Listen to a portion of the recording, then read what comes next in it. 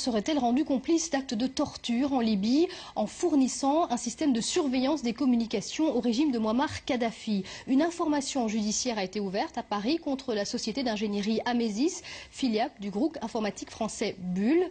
Amesis conteste très fermement l'accusation. Ce sont deux ONG qui ont porté plainte, la Ligue des droits de l'homme et la Fédération internationale des droits de l'homme. L'affaire avait été découverte par des journalistes britanniques et américains en septembre 2011 à Tripoli. Dans ce centre des services secrets libyens, des centaines de dossiers d'opposants et d'internautes. Un fichage réalisé grâce à un réseau de surveillance mis au point par une société française. Son nom, Amesis, installé ici, à Aix-en-Provence, ce qui vaut aujourd'hui à cette filiale de Bull d'être poursuivie pour complicité d'actes de torture.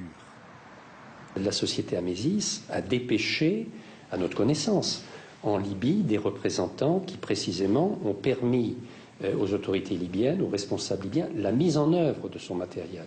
Donc il y a vraiment eu une participation très active pour permettre cette surveillance de la population libyenne.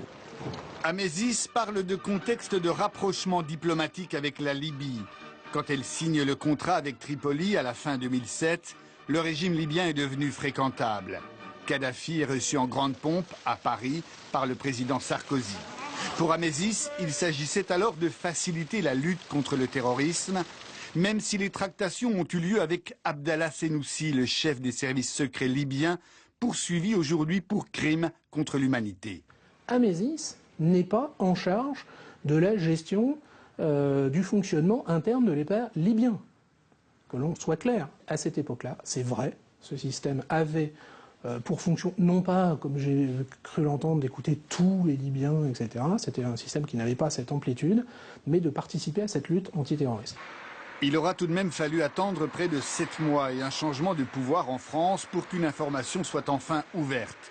Preuve, s'il en fallait, que les relations entre Paris et Tripoli demeurent toujours extrêmement sensibles.